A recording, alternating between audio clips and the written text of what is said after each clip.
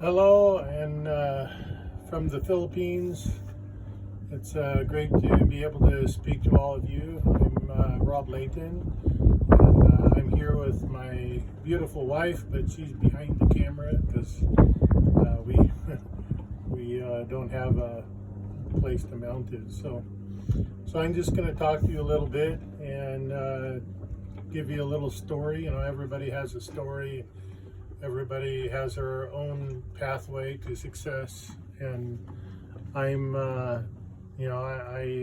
created my own pathway, and that pathway led me to the dream I had of sailing the Pacific Ocean, and so we're out here in our sailboat. It's a 58-foot Diana that I used to dream about when I was a kid, and so we were able to accomplish that. But it took a long time, and so many things happened in the process. So I'm just going to give you a little highlight of what it took to get here and what we're doing from here on. I grew up on a farm, and it was not a very we didn't have anything really. We just grew our own vegetables and ate on the farm, and we didn't. I don't even ever remember going to the store, and so that's kind of how I grew up. And when I was like 10 or 11 years old, I started dreaming about doing other things, and I started reading about sailing and about yachts and things like that, and that became my dream. And I remember thinking to myself, there's got to be something other than this, but working on the farm, and just always working, but never any result. Just really frustrating to me because I was a dreamer. I wanted to accomplish something, and if I wasn't accomplishing something, then I needed to do something different.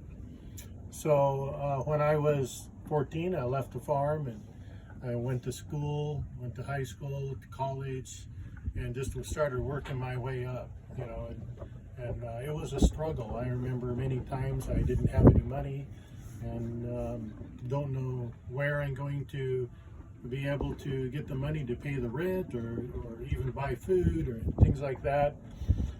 When I was 18, 19, I worked at a restaurant so I could get free food.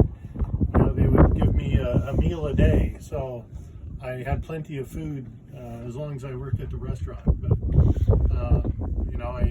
I got out of that. I started welding and started doing various jobs to try to get ahead, try to make more money. But it seems like no matter how much money I made, I was always broke at the end of the month, and that was kind of my struggle all the way through my 20s. But I got introduced to this business in my 20s, in my early 20s, and my mentor showed up at my apartment and came into my living room and shared with me the business. And it's the first time I really saw something that gave me a glimmer of hope, gave me something that I saw that I could possibly do, not just the business, but the attitude. I think 90% of building this business is attitude. And I saw the attitude of the person who showed me the business, and I never experienced somebody with that attitude before. And that attitude was an attitude of a winner, of an attitude of somebody that had a big dream and went for it.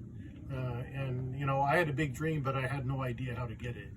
And so it gave me a seed in my mind that I could work for something and accomplish what I really wanted to do in life.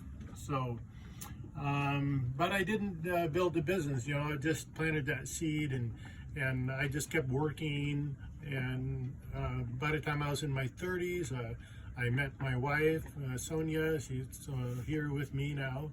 And we got married in the Philippines, and I wanted to build a business here, but I didn't have any income. I had no resources. So I went back to the U.S., and we both did, and I became an engineer at the Boeing company and did very well for about 8 years. I worked my way to the top of the corporate world, basically. I was making really, really good money, but I was time bankrupt. I didn't have any time. And so I needed a way out. I needed to still accomplish my dream of sailing the ocean and living on the boat, which was impossible while I was working at Boeing. And, I was just trading time for money. No matter how much money you have, if you're working for somebody, the minute you stop, you have no money. And so I started doing business on the side and became very good at creating engineering business, became very successful at it, and so much that I could resign from the Boeing company. And in 2015, we resigned, we jumped in our sailboat and we sailed towards the Philippines. And at that time I knew that I was never going to go back. I never wanted to work for somebody ever again. And so that's what happened. Is I began to have business internationally, and things were okay, but still I was still trapped in the traditional business world. And I started thinking about this business, that seed that my mentor planted in my mind many years ago. And I thought, well, maybe we can build this business so that I can stay home, that we can work together, and I don't have to travel around the world working. And I want to travel around the world, but not working. And so this gave me a hope that I could do that. In last year, almost exactly a year ago, my wife and I, Sonia and I, we went to an international conference. And we kind of saw the big picture and saw the potential of this business could do, and saw many other people succeeding at it here in the Philippines. And we decided that we would get started. And it has been quite the journey this last year. But just like anything else, it takes a lot of hard work. And when you first start this business, you have to really get it going. You have to, just do the things that your mentors tell you to do. The main thing, the steps of core, being core, just showing the plan every day, doing the things that would make this business successful. And that's what we did. We just, I just jumped in with both feet, and we showed the plan every day, and we helped our downlines build the business. We created teams, and we had people excited and people not excited. You get all kinds. But if you keep going, the business will gain momentum.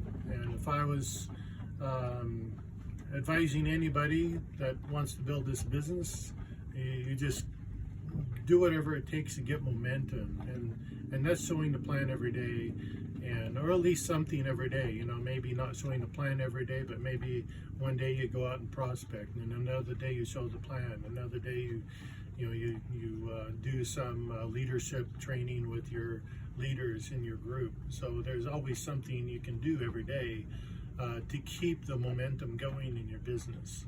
And that's basically what we did. Most of all, just keep the dream in front of you, because if you don't, you'll get distracted, you'll lose sight of your goal.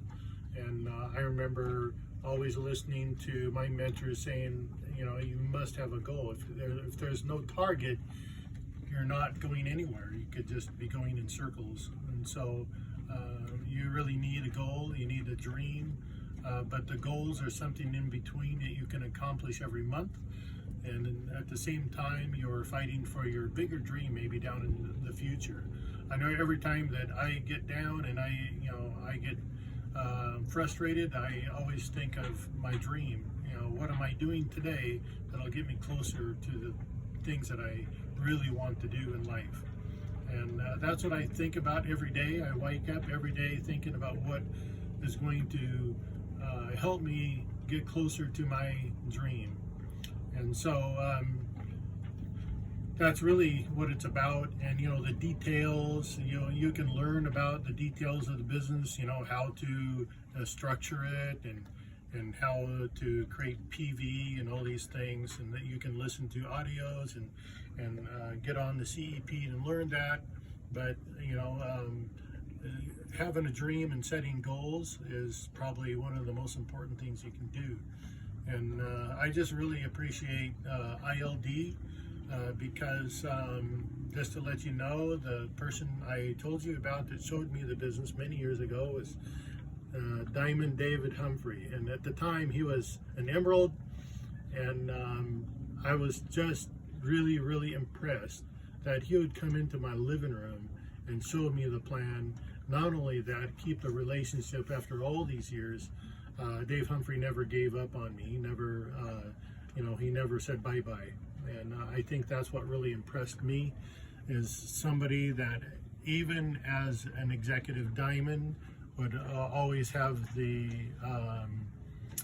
attitude of caring about others. And I really credit ILD for all of my business success, because the things that Dave Humphrey taught me even many years ago is why I've been successful in business, and the reason why I'm unemployable. So thank you very much, and we really wish we could be there physically, this conference, but